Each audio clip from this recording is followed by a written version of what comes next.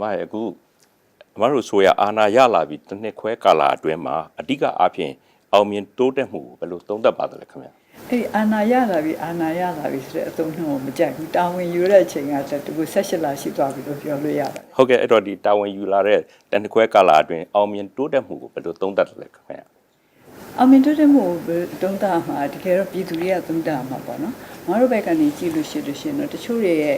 ့တချို့အခန်းကဏ္ဍတွေမှာပို့ပြီးတော့အားရစရာရှိတယ်တချို့အခန်းကဏ္ဍတွေမှာဒါတော့အားရစရာမရှိဘူးမတူဘူးပေါ့တစ်ခုနဲ့တစ်ခုတိုးတက်မှုကတော့တကယ်တနေရာနဲ့တနေရာမတူဘူးပေါ့ဥပမာအပြင်ဆိုရင်မနေ့တုန်းကပြောသလိုပေါ့ဟိုကျမကြီးခန္ဓာမှာတော့တော်တော်တိုးတက်မှုရှိတယ်တော်တော်ကိုမြင်မြင်ဆန်ဆန်တိုးတက်မှုရှိတယ်တချို့ဟိုတခြားကန္တာတွေမှာလည်းတိုးတက်မှုမြန်တာနဲ့နှေးတာတွေရှိတာဆိုဒါပေမဲ့အကြီးဆုံးစိန်ခေါ်မှုကတော့အခုခမောင်စိုးတို့တည်တဲ့အတိုင်းပဲခိုင်ကိစ္စပေါ့ဟုတ်ကဲ့စီးပွားရေးပါစီးပွားရေးကဟိုအခုဒီနှစ်စောပိုင်းကနေပြီးတော့ရင်းနှီးမြှုပ်နှံမှုဥပဒေမထွက်မချင်းကိုတော်တော်တိတ်ပြီးတော့မလှုပ်ကြအောင်ရင်းနှီးမြှုပ်နှံမှုဥပဒေထွက်ပြီးတော့တစ်ခါnewဥပဒေထွက်ရတယ်နောက်တစ်ခါကုမ္ပဏီဥပဒေထွက်ရတယ်နောက်တစ်ခါအဲ့ဒီဟာနဲ့ပတ်သက်ပြီးတော့ဆက်နွယ်နေတဲ့ပေါ့အထူးဖြင့်နိုင်ငံခြားသားတွေအတွက်နိုင်ငံခြားသားတွေနဲ့သက်ဆိုင်တဲ့ဥပဒေတွေကိုလည်းအဲ့ဒါတွေကအားလုံးဆက်ဆံနေတော့ငါတို့အခုမြင်တာကတော့အခုဒီဟာတွေအားလုံးထွက်ပြီးမှပို့ပြီးတော့လှုပ်ရှားလာမယ်လို့ဒါရင်းနှီးမြှုပ်နှံမှုအနေနဲ့ပေါ့နော်ဟုတ်ကဲ့အဲ့တော့အခက်ခဲစိန်ခေါ်မှုအဖြစ်ဆိုရင်ဘာတွေပြောနိုင်မလဲခုကပဲပြောတယ်လေအကျဉ်းဆုံးစိန်ခေါ်မှုကတော့ရခိုင်ကိစ္စဘာလို့သိဟုတ်ကဲ့နောက်ပြီးတော့ငင်းကြိုင်းကိစ္စပေါ့တကယ်တော့ဟိုစိန်ခေါ်မှုက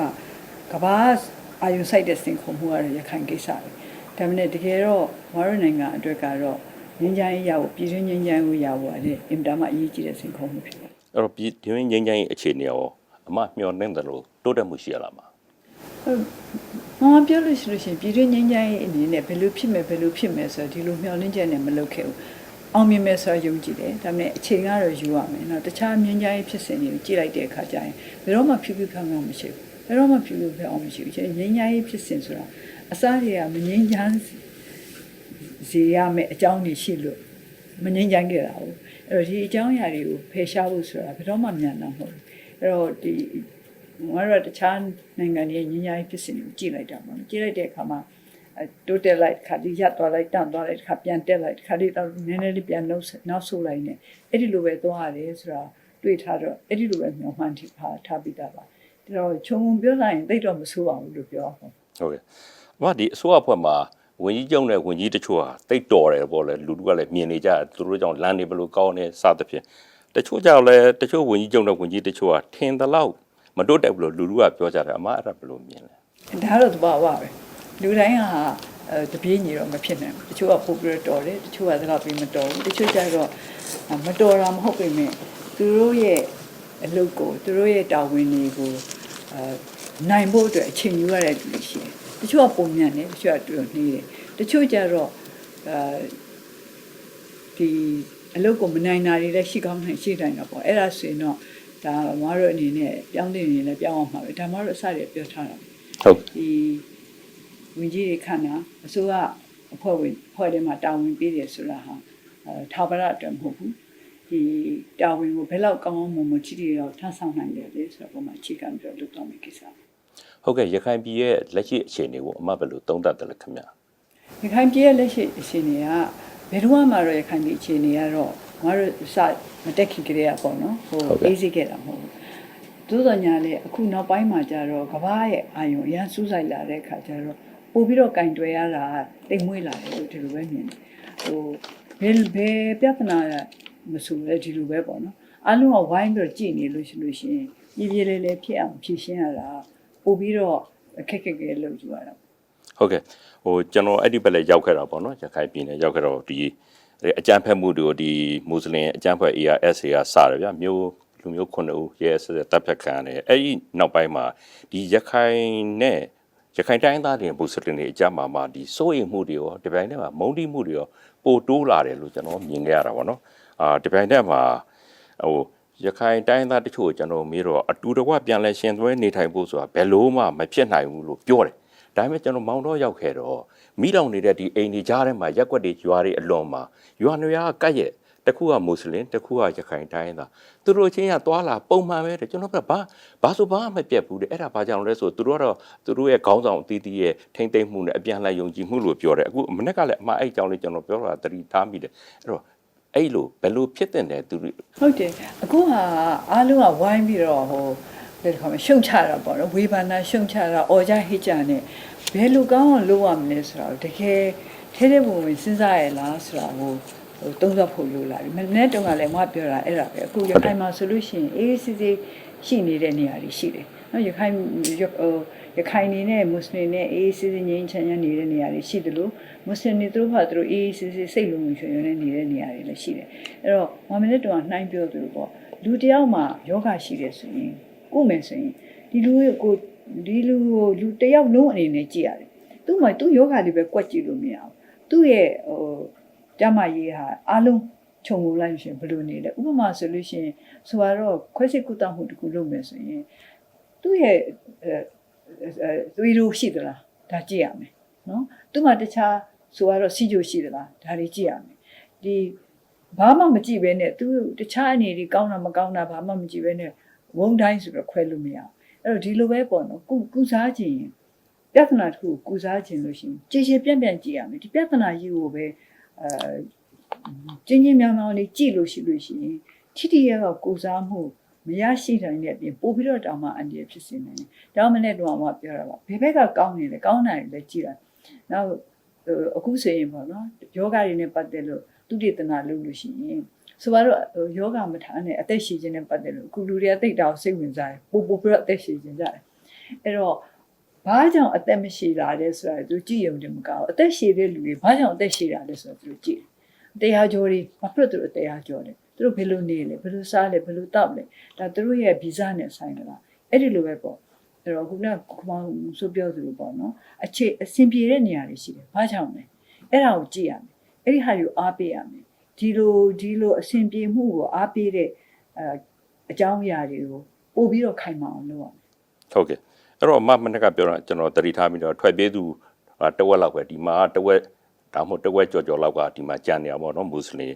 ်ဒီပိုင်းထဲမှာဒီအပြုသဘောပူပေါင်းဆောင်ရွက်ဖို့နိုင်ငံတကာကိုလည်းအမှမြတ်တာရက်ခံခဲ့တယ်။ဘာကြောင့်အမှနိုင်ငံတကာကိုအဲ့လိုမြတ်တာရက်ခံတာလဲခင်ဗျာ။ဘာဖြစ်လို့လဲဆိုတော့ဒီကဘာကြီးမှာဘလူးမှာအထီးကျန်နေလို့မရှိဘူး။ဒီခေတ်ကကုန်သွားပြီ။ငါတို့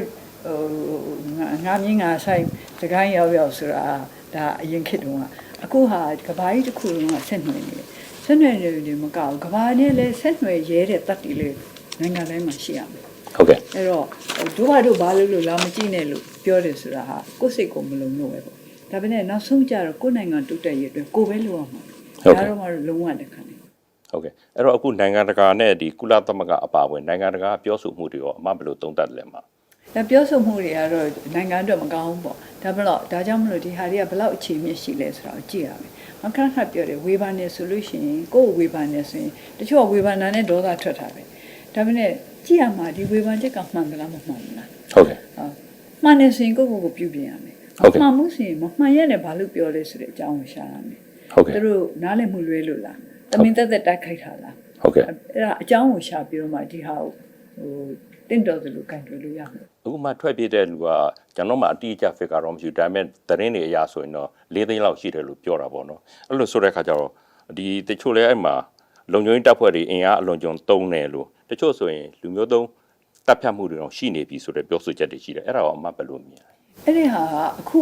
အများကြီးထွက်နေတဲ့အချိန်ကပေါ့နော်အရင်အခု2ပတ်အတွင်းမှာဟုတ်ကဲ့မှတ်ပေးမှာစိတ်ဝင်စားစရာကောင်းတာ9ရက်စက်တင်ဘာတည်းကစပြီးတော့မနေ့တော့ဟုတ်တယ်အမှပြောတဲ့တမှာပါဘာမှဟိုတိုက်ပွဲတွေလည်းမရှိတော့တိုက်ပွဲမရှိဘူးဒီရှင်းလင်းရေးတွေလည်းမရှိတော့ဘူးအင်မတန်မှငြိမ်သွားတဲ့အချိန်ငြိမ်ကျသွားတဲ့အချိန်မှာမှဘာဖြစ်လို့ဒီလောက်တောင်မှအုံနဲ့ကျင်းနဲ့ထွက်နေတာလဲဆိုတာအဲ့ဒါလဲဒါအဖြစ်ရှာဖို့လိုတယ်ဆွဲခေါ်နေတာလားတွန်းပို့နေလားအဲ့လိုဟုတ်ဘာကြောင့်ကြောက်လို့လဲကြောက်လို့လည်းဖြစ်နိုင်တာပေါ့နော်ဆိုရင်ပူပန်မှုနဲ့လည်းဖြစ်နိုင်တယ်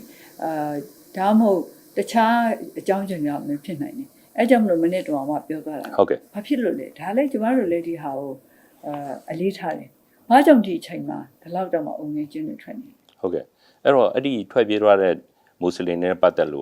အမဗာများစဉ်းစားထားတယ်လေခင်ဗျာဟိုဒါမှတော့အရင်တုန်းက1993ခုနှစ်ခရေကဘင်္ဂလားဒေ့ရှ်နဲ့သဘောတူညီချက်ရှိခဲ့တယ်ဒီနိုင်ငံက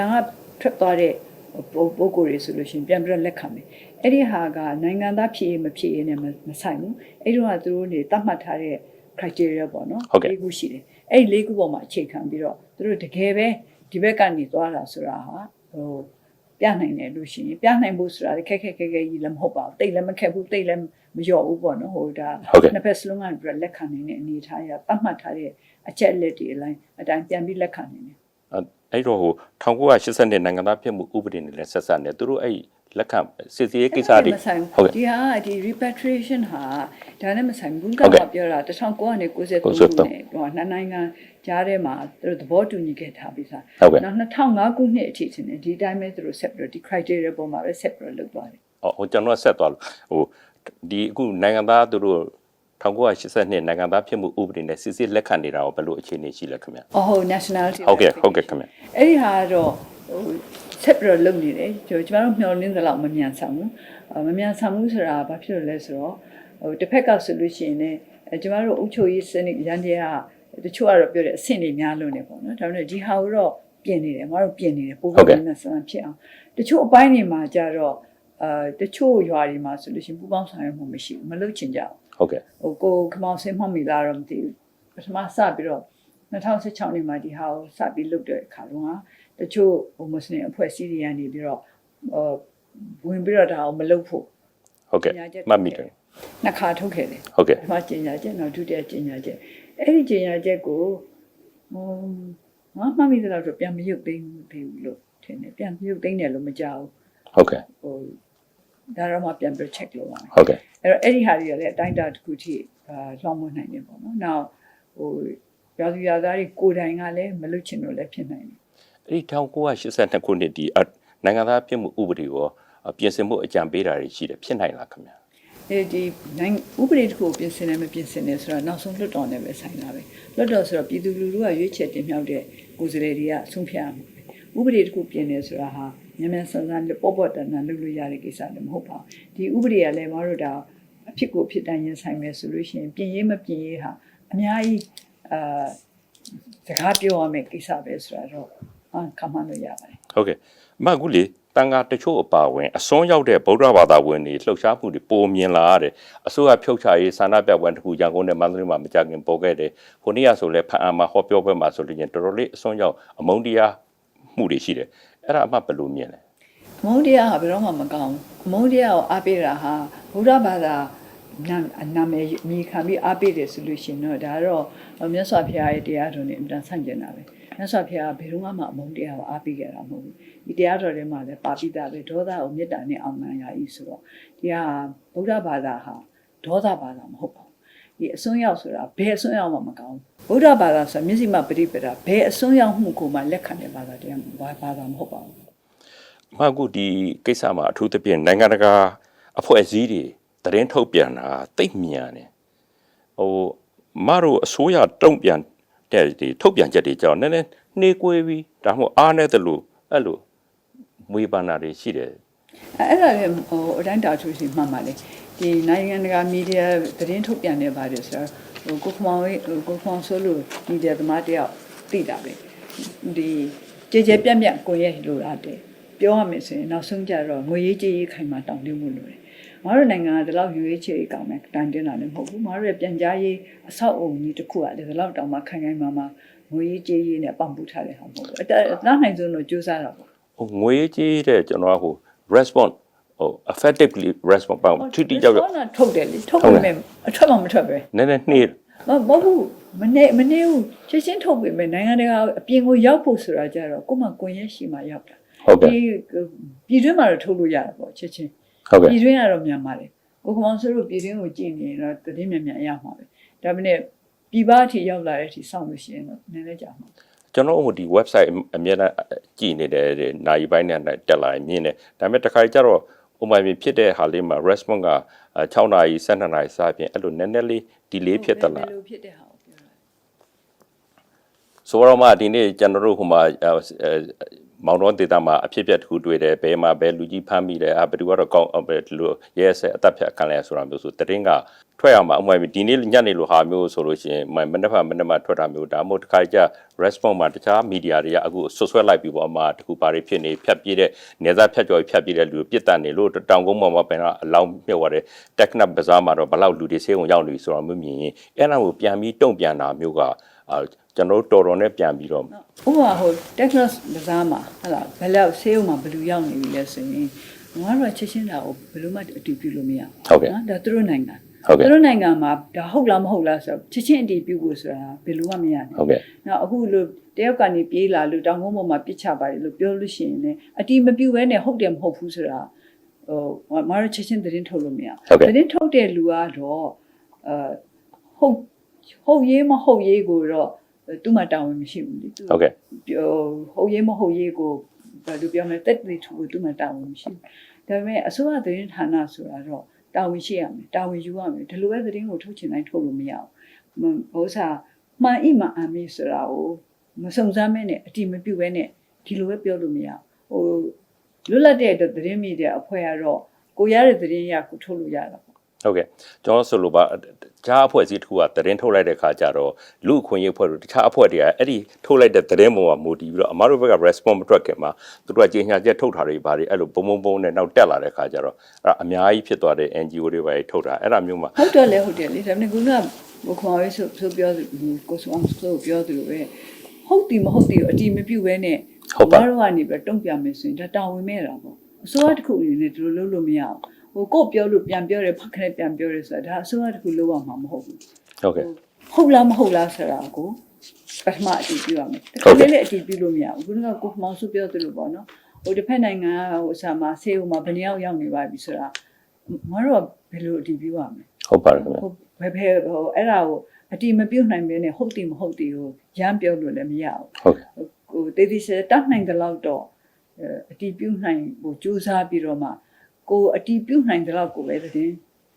ထုတ်ပြန်နေတယ်ဥပမာအချို့ရောက်နေတယ်လို့ကြားတယ်ပေါ့ဟိုဘက်ကနေဆိုတော့32ယောက်ရောက်နေပါတယ်ဆိုရင်ငါတို့ကနေပြီးတော့တိတိကျကျမပြောနိုင်လည်းမပြောနိုင်ရုံပေါ့32ယောက်ဆိုတာအတီးပြုတ်တယ်လို့လည်းမပြောနိုင်ဘူးမပြောဒါပေမဲ့တိုးတော်များလ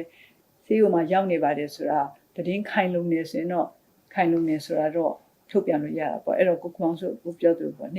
တာဟုတ်ကဲ့ဒါနဲ့အဲ့ဒါမှတ်ထားပါမယ်ပိုပြမြန်မြန်ဆိုတာဟုတ်ကဲ့အမအခုသတင်းမီဒီယာတွေဟို officially journal magazine radio တွေရှိတော့တခြား Facebook လူမှုမီဒီယာအခုအရန်မြန်လာတော့အဲ့တော့လက်ရှိအဲ့ဒီလူမှုမီဒီယာရဲ့ကဏ္ဍရောမဘယ်လိုမြင်လဲအဲ့ဒါတော့အခုစိတ်ဝင်စားစရာကောင်းတာကတော့အင်တာမှာဒီ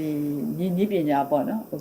မီဒီယာဒီ communications နည်းပညာနဲ့ပတ်သက်ပြီးတော့တိုးတက်ပြီးတော့ချမ်းသာတဲ့နိုင်ငံတွေကတောင်မှ social media ကိုပြဿနာတော်တော်ကြီးတယ်ဆိုတာသူတို့လည်းဝန်ခံပါတယ် social media မှာထည့်ကျင်တာထည့်တယ်ရေးကျင်တာရေးတယ်ခက်လေးလဲတာအမုန်းတရားတွေကိုအများကြီးပြန်ပွားစေတဲ့နည်းနဲ့သုံးတာတွေရှိတယ်ဒီဟာစိုးရင်စရာဖြစ်တယ်ဆိုတာတော့အများကြီးပြောကြပါတယ်စိုးရင်စရာဖြစ်ပြီးတော့ဘယ်လိုထိမ့်မလဲဆိုတော့အခုလေးသူတို့လည်းအပြည့်မရသေးပါဘူးအမဒီမှာတချို့ကတော့ဒီအမဒီအစိုးရအမတို့ဒီတာဝန်ယူပြီးကာလာမှာအရင်ကတည်းပို့ပြီးလွတ်လပ်ခွင့်နဲလာတဲ့အောင်ပြောတယ်အဲ့ဒါတော့အမဘယ်လိုမြင်လဲဘာနဲလာသတင်းမီဒီယာတွေကလွတ်လပ်မှုသတင်းတောက်တချို့ဖန်ဆီးခံရတာတို့ဘာလို့ပေါ့ထောက်ပြပြီးတော့ပေါ့နော်အဲ့ဖန်ဆီးခံရတာတို့ဘာလို့ကတော့အရင်ဥပဒေတွေတိုင်းပဲဥပဒေကအစ်စ်မထွက်လာတာဟုတ်ကဲ့ဟိုဒီဟာတွေနဲ့ပတ်သက်လို့အရင်ဥပဒေတိုင်းပဲအခုနောက်ပိုင်းမှာဆိုလို့ရှိရင်ဒါမှဆိုတော့ဒီ60ကြောက်ခါကြီးလားဟုတ်ကဲ့60ရောက်ကာကြီးဟုတ်ကဲ့ဒီဆိုလို့ရှိရင်ပို့ပြီးတော့ဖြေလျှော့သွားအောင်လို့တွတ်တော်ကနေပဲပြုစားလုပ်လိုက်ပြီးပဲပြင်ဆင်လိုက်ပြီးပဲ amendment လုပ်လိုက်တာဟုတ်ကဲ့ဒီတမရောနဲ့အမရဲ့ဆက်ဆံရေးအခြေအနေရောကျွန်တော်သိခွင့်ရပါလားသိခွင့်ရပါတယ်ဆက်ဆံရေးအခြေအနေကတော့ပုံမှန်ပါပဲဟုတ်လားပုံမှန်ဆိုတာအမတာဝန်ပြုခင်ကာလနဲ့အတူတူပဲလို့ပြောတာလားဘယ်ဟုတ်မလဲတာဝန်ဟိုစားတာဝန်မယူခင်ကာလနဲ့တော့တူတူပဲဖြုံးမယ်တာဝန်မယူခင်ကာလကတော့ထိတွေ့မှုကမရှိသလောက်ပဲလေတစ်ခါလေမှတွေ့တာအခုတော့မမကန်ကန်တော့ထိတွေ့မှုရှိပါတယ်တချို့ကိစ္စတွေမှာလည်းဟိုပူပေါင်းဆောင်ရွက်ဖို့ကတော့အမြဲကြိုးစားပါတယ်ဟုတ်ကဲ့ပြည်တွင်းချင်းချင်းကိစ္စမှာတမတော်ကနည်းနည်းသဘောထားတင်းပါတယ်ဆိုတာမျိုးပြောကြတယ်အမဘယ်လိုပြောလဲမအမြင်မှာတော့ လက်နဲ့ကင်တက်ဖွဲ့များအားလုံးဟာငြိမ်းချမ်းရေးကိုတော့လက်နဲ့မကင်နဲ့တက်ဖွဲ့တွေနဲ့တော့အမြင်ချင်းကတော့ထပ်တူထပ်မြတ်တူမှာမဟုတ်ဘူးဒါပေမဲ့လက်ဒါတွေကလည်းညှိယူပါမယ် တချို့ကပြောတယ်အမနေအကျယ်ကျုံကြစဉ်ကာလဒီတမတော်ဘောကအလျှော့လုံးအောင်ပေးပဲနဲ့အခုကျတော့တော်တော်လေးလိုက်လျော်အမဆက်ဆံနေဆိုတဲ့အမြင်ရှိတယ်အဲ့ဒါ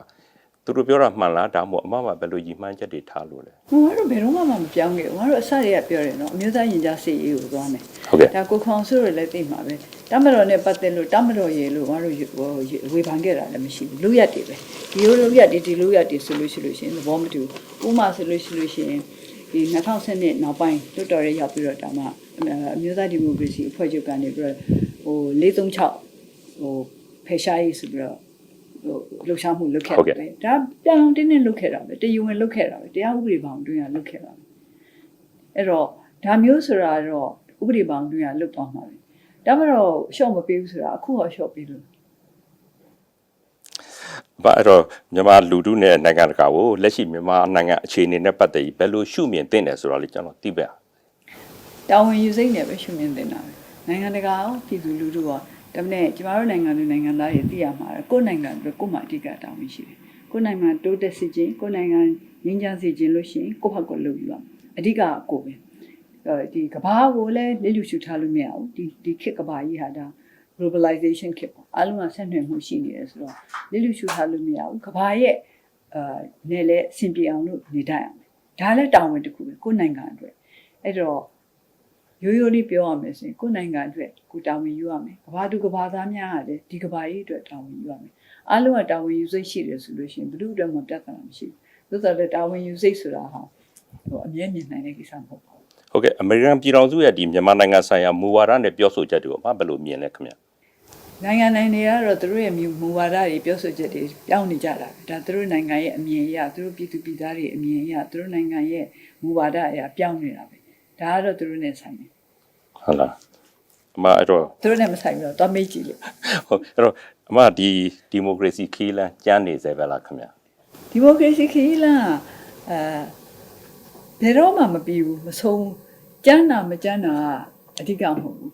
အဲ့တော့တချို့ကမသိတာဒီမိုကရေစီဆိုတာအဆုံးရှိတဲ့လမ်းလို့ထင်တယ်အခုကိုခမောင်ဆိုတော့အမေရိကန်နိုင်ငံမှာဒီမိုကရေစီလမ်းကြီးကခရီးရပြီးသွားပြီ ဟုတ် ပြီးသွားပြီမေးတယ် မပြီးပါဘူးတခါလေဒီလိုပဲခါကြမ်းတမ်းနေကျွန်တော်မြင်ရတော့ ဒီနိုင်ငံရဲ့ခရီးဆိုတာဘယ်တော့မှမဆုံးဘူးကဘာကြီးဒီခရီးကရှိမှာပဲเนาะဒီမိုကရေစီကတော့တခြားနိုင်ငံရေးစနစ်တွေတဲ့ပို့ပြီးတော့ထိန်းသိမ်းရတာခက်ခဲတယ်ဆိုတော့အများပြည်သူရဲ့ဆန္ဒပေါ်မှာအခြေခံတယ်အများပြည်သူရဲ့ဆန္ဒပေါ်မှာအခြေခံတဲ့စနစ်ဆိုတာဟာအလျှော့အတင်းအပေးအယူတွေအများကြီးပို့လို့ရတယ်ဥပမာအာနာရှင်စနစ်အာနာရှင်ကဘယ်သူနဲ့မှအလျှော့အတင်းအပေးယူမလို့ဘူးသူကသူလွတ်ချင်တာလုပ်သွားတယ်လွတ်ချင်တယ်လုပ်သွားတယ်ဆိုတော့အပေါ်အကျော်ကြည့်လိုက်လို့ရှိရင်ပို့ပြီးတော့လွယ်တယ်လို့ပဲပေါ့ဒါပေမဲ့နိုင်ငံရဲ့အပေါ်မှာတက်ရောက်မှုကတော့အင်တာပို့ဆူတာပေါ့ဒီမိုကရေစီခရီးဆိုတာတော့အများရဲ့ဆန္ဒနဲ့ကိုအခြေခံတဲ့ဟာဆိုတော့အများသဘောတူညီမှုရအောင်လုပ်ရတာကိုကပဲတော်တော်ခက်ပြင်ပမှန်လုပ်ရတယ်ဒါပေမဲ့ရေရှည်မှာတော့နိုင်ငံအတွက်ပိုကောင်းတယ်အရင်ချာချီလာပြောခဲ့တယ်လို့လေဒီမိုကရေစီကကောင်းတဲ့စနစ်တော့မဟုတ်ဘူးဒါပေမဲ့တခြားစနစ်တွေအားလုံးလည်းပို့ပြီးတော့ကောင်းတယ်ဆိုတော့ ဟုတ်ကဲ့ကျေးဇူးအများကြီးတင်တယ်ပါ ရပါတယ်